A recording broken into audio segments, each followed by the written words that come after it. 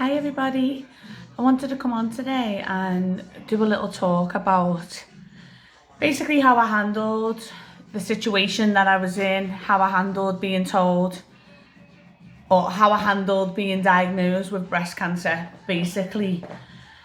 I even sit like now and I think like how did I do it? Like how did I get through those months? Like a part of it feels like it's like half of a dream, like I didn't really do it.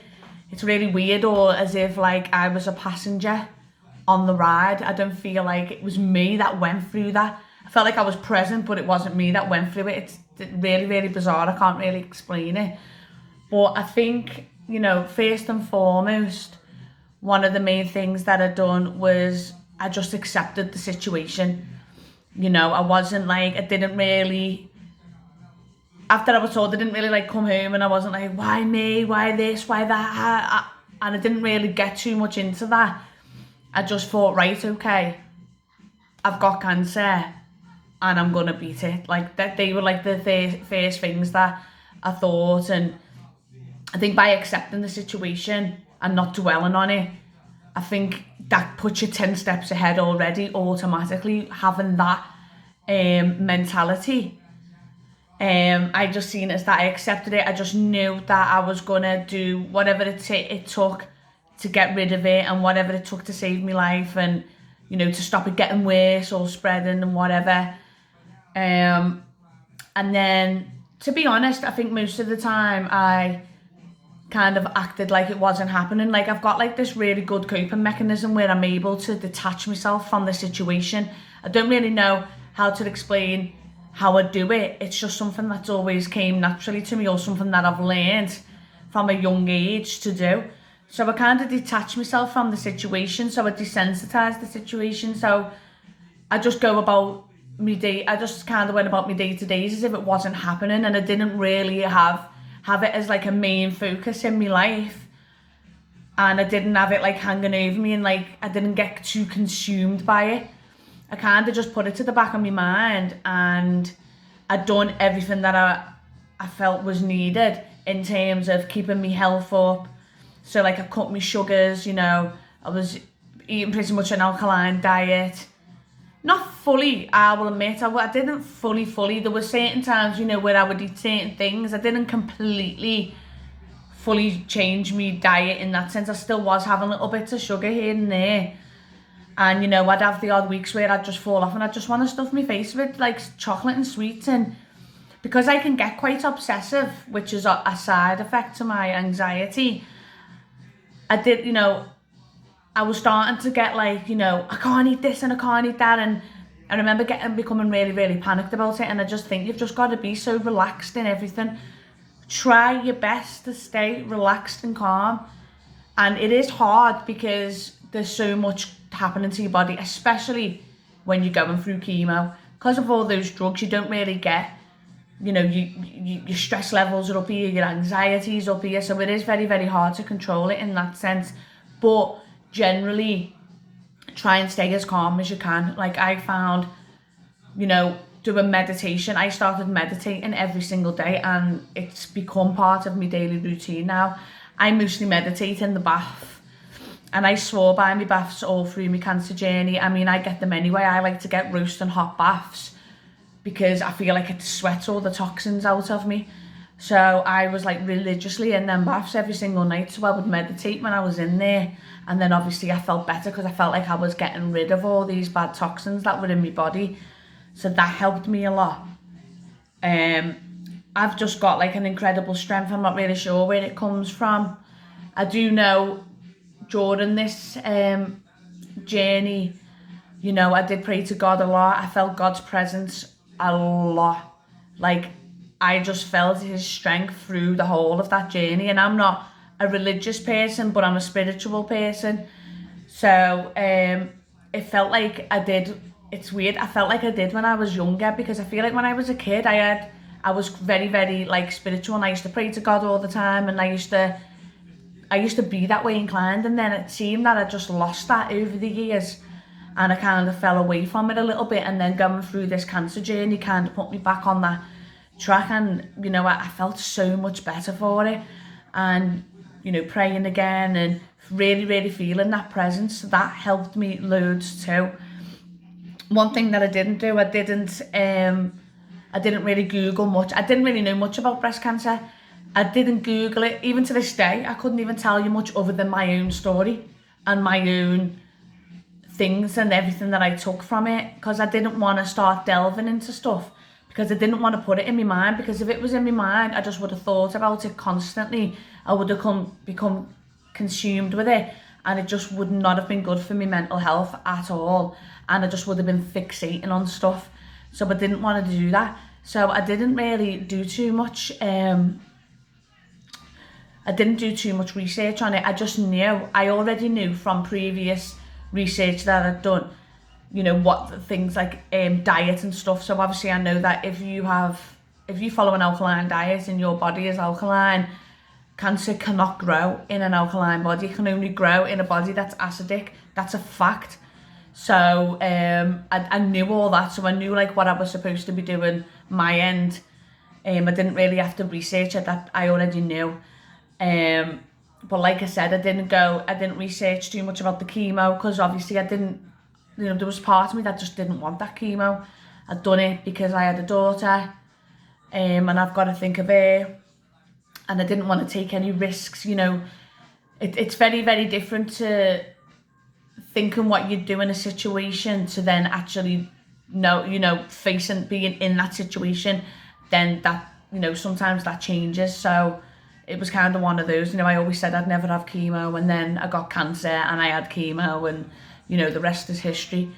But to be honest, for me as well personally, I feel like I get through a lot of my situations in life because I've still got a lot of my inner child inside of me. I know this sounds like weird, because I'm still quite childlike, and I've got loads of me inner child still inside of me.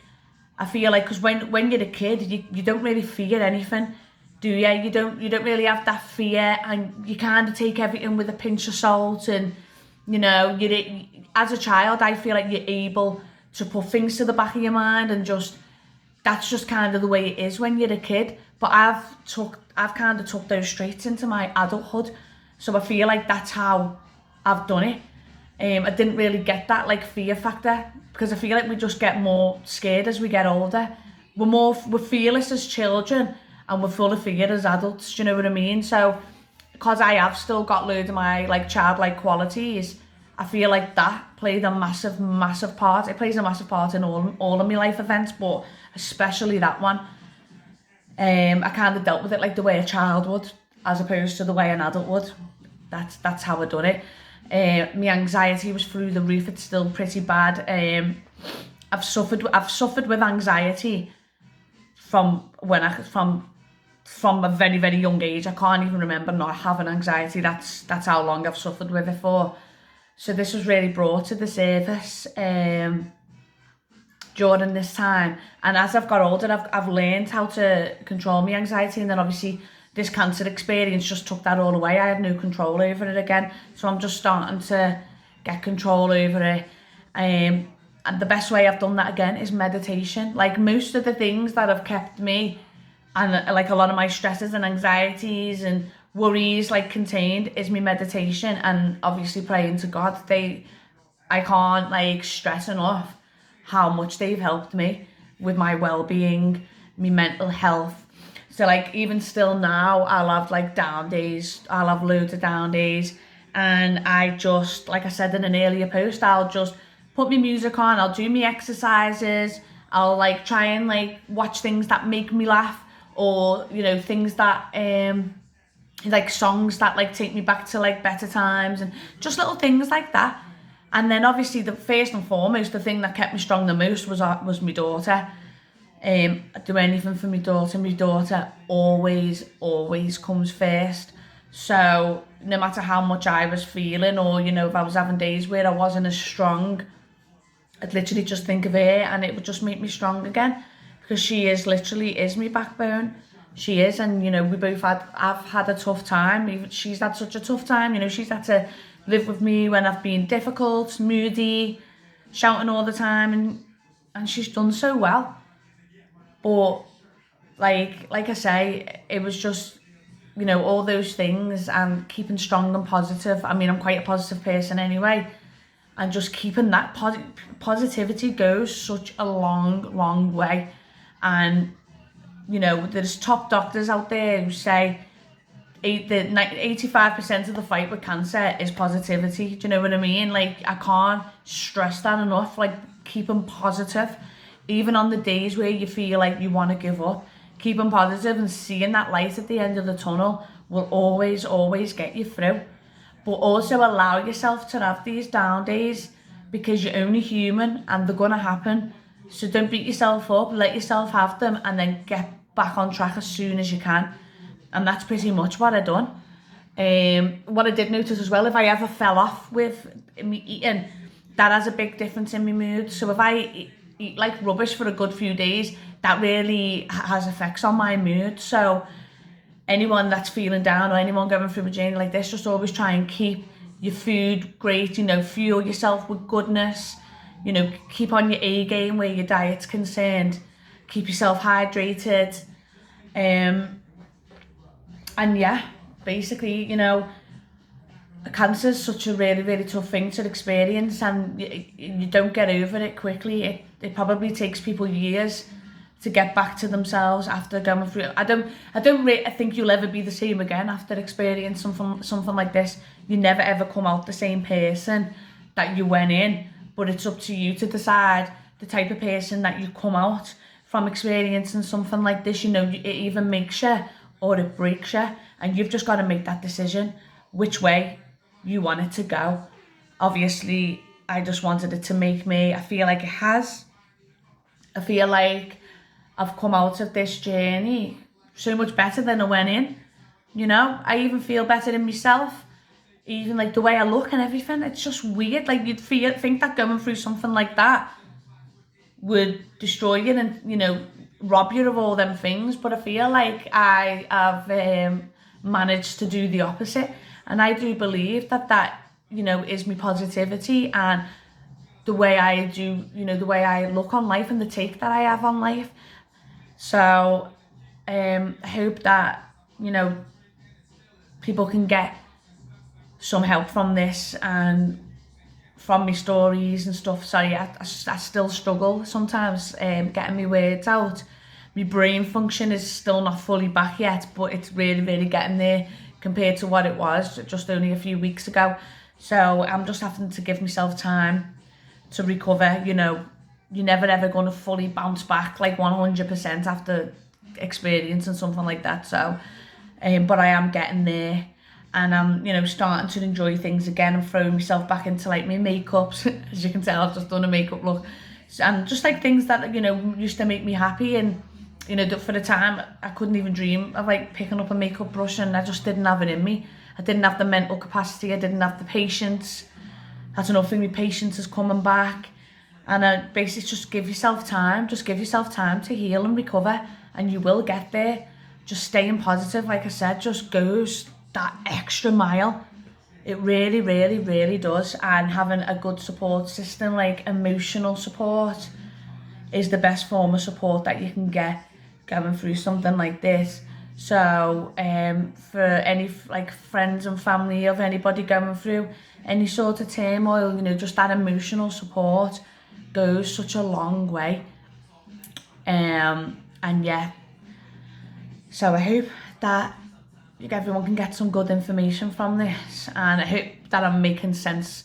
Sometimes I just feel like I'm rambling on, I'm stuttering, I don't know whether I'm making sense or not, but I hope that you can get something good and positive from my vlogs about certain experiences and the way that I see things. And I just hope that it can boost people's, it can boost the way people are feeling, and that people can get some inspiration from it. And again, I'd just like to thank everybody for your continuous support. It goes a long way, and I will never forget it. So yeah, I just want to say thank you, and I will check in again soon.